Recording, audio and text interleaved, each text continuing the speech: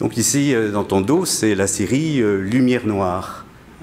Et ce qui est intéressant dans ce travail, c'est que, autant dans d'autres images, on a une lisibilité sur l'ensemble du champ, du cadre, ici, on est obligé vraiment d'aller quelque part deviner, de se crever les yeux, on peut dire, pour accéder aux moindres détails.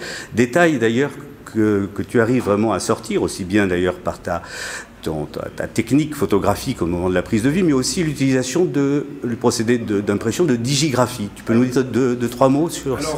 Oui. C'est vrai que je suis tombé presque par hasard sur ce procédé. Bon, après, c'est un procédé au jet d'encre.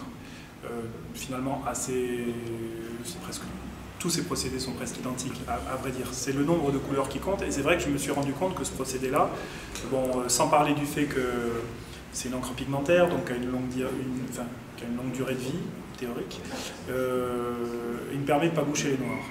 Il y a un autre paramètre aussi, c'est que c'est vraiment le jet d'encre plus un papier, une espèce de papier avec une fibre non couchée qui fait un noir très intense, et ça j'y tenais beaucoup, parce que je voulais concilier l'inconciliable, c'est-à-dire avoir des noirs intenses et en même temps des ombres non bouchées.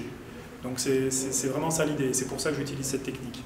Après, là on a peut-être un éclairage un peu en oblique qui fait qu'on ne voit peut-être pas la profondeur des noirs de manière optimale, mais en tout cas, c'était important pour moi qu'on puisse tout deviner, surtout sur cette série, puisque c'est vraiment l'objet de la série. Même l'objet du départ, c'était d'aller jusqu'à l'effacement de l'image, de parler de l'effacement de l'image, du moment où ça devient plus un code qu'une réelle illustration, et aussi des limites d'impression. Et de toute façon, depuis le début, depuis mes débuts en photographie, puisque, comme je disais, je viens d'un autre champ au départ, que je n'ai pas particulièrement désiré la photographie. Par contre, une fois dedans, c'est vraiment quelque chose qui m'a beaucoup apporté. Mais la question se pose quand, par exemple, on fait une exposition comme ça, parce que c'est ma principale activité, de montrer mes images dans ce cadre-là. La question se pose de savoir où on situe, où on situe ces images, pourquoi on les imprime de telle ou telle manière. C'est vrai que là, pour le coup, moi, j'ai toujours mis un soin assez important à avoir des tirages vraiment différents de leur reproduction. À vrai dire, je suis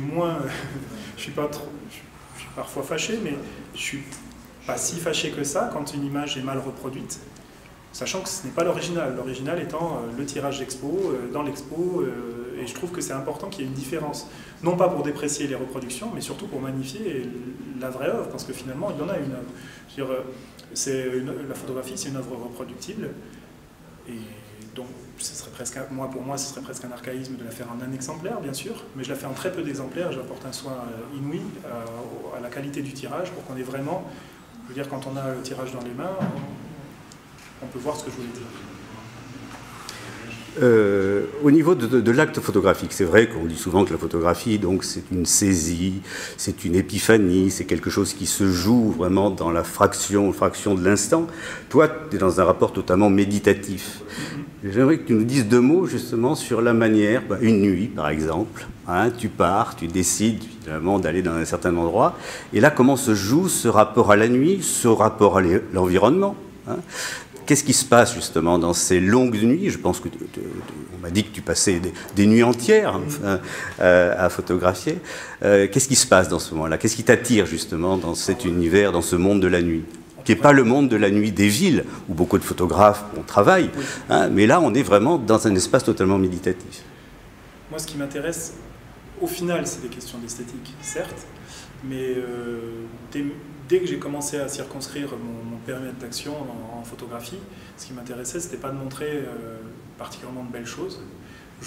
C'est une sorte de terrain de jeu. Alors, avec le temps, évidemment, je me suis rendu compte à quel point, pour moi, la nuit, c'est quelque chose d'intime. Déjà, cette sensation d'une solitude, mais d'une solitude pas pesante. J'ai l'impression de m'approprier le paysage, parce que être immobile, observer longtemps, d'un seul coup, nos sens, même s'ils ne sont pas adaptés à la nuit, deviennent de plus en plus adaptés. Les pupilles s'ouvrent, on voit de mieux en mieux dans la nuit, on entend le moindre bruit, on voit les gens arriver bien avant que vous ayez vu. Donc ça, c'est vraiment l'une des choses qui me plaît beaucoup. Alors après, il y a cette idée qu'avec la nuit, c'est finalement... je ne vais pas rentrer dans des considérations existentielles, d'autant plus que je ne les maîtrise pas forcément, mais quand on allume une lampe, d'un seul coup, les choses existent. Donc dans la nuit, vous pouvez avoir des sortes d'îlots lumineux et d'un seul coup les choses existent. C'est vraiment magnifique. Et du coup, quand vous éteignez, plus rien n'existe.